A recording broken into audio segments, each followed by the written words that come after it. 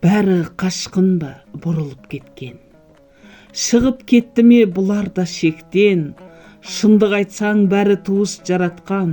Қараң болды ма осылай күнім неткен? Мен қиналдым ем таба алмай жүргенем. Не пайда бұлай өтірік өмір сүргеннен? Бас пайдасын ойлаған ақымақтар тастай суын құйып жатыр төбемнен.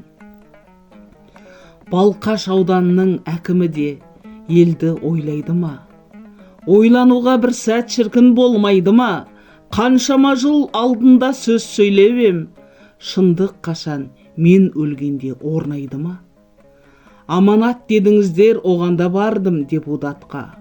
Қарамайды ағайын болған жайтқа. Не болған бұның бәрі сатулы ма?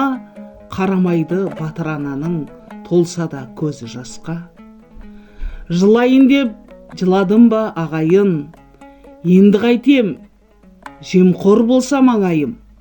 Мен сізден өтінемін елбасыға, жетсе екен осы менің жазған арыз талабым. Жеткізмейді, жоқ қылады білемін. Жоқ болған соң мәке, сәке, төбеде отырған тіреуім. Қазақты қазақ көрмейтін заман болды, көз жасына қарамайды біреудің.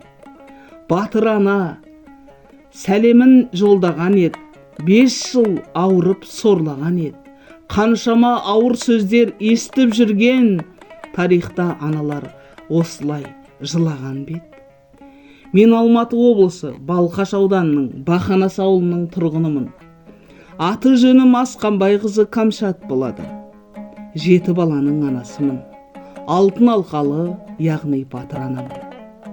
Менің балаларым атақты спортсмен болса да, шетелге барып орын алса да, елеусіз қалып жатқаны кімнің кінәсі?